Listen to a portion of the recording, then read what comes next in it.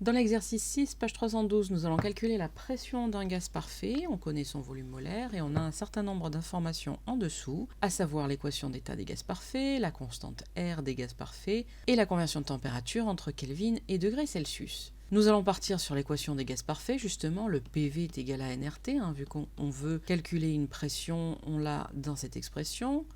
Justement, nous allons isoler cette pression d'un côté du égal. On constate qu'on a une expression en fonction de N, de R, de T, de V. On connaît la température, on connaît R, vu que c'est une constante, mais on ne connaît pas ni N ni V. Mais par contre, on connaît le volume molaire. Et on sait que le volume molaire, il est défini de cette façon-là. La quantité de matière est égale au volume sur le volume molaire, ce qui est équivalent à écrire que N sur V est égal à 1 sur Vm. Alors pourquoi l'écrire comme ça? C'est simplement que si on manipule l'expression écrite ici, on va écrire que la pression est égale à N sur V fois RT, et je vois apparaître ce N sur V que j'ai défini ici comme étant égal à 1 sur Vm. Donc 1 sur le volume molaire multiplié par R fois T. Avant de faire l'application numérique, on va être extrêmement vigilant aux unités. On constate notamment que l'unité des gaz parfaits est en pascal par mètre cube par mol par Kelvin. Ça signifie donc que toutes les notions de volume doivent être en mètre cube et que toutes les notions de température doivent être en Kelvin. Alors qu'est-ce qui est à convertir? Nous avons notamment le volume molaire. Il est égal à 23 litres par mol.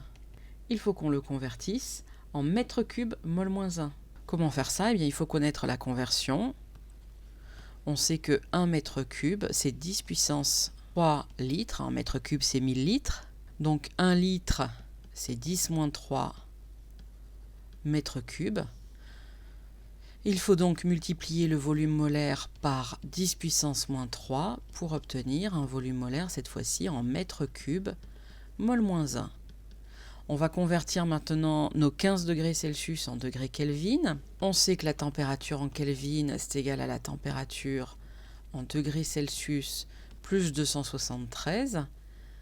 Donc la température en Kelvin, ce sera les 15 degrés Celsius plus 273, ce qui nous fait 288 degrés Kelvin. Cette fois-ci, on peut donc faire l'application numérique, on a nos informations dans la bonne unité, et on va donc écrire que la pression est égale à 1 sur 23 fois 10 puissance moins 3, multiplié par R 8,314, multiplié par la température de 288 Kelvin, ce qui nous donne en pascal une pression de 1,04 fois 10 puissance 5.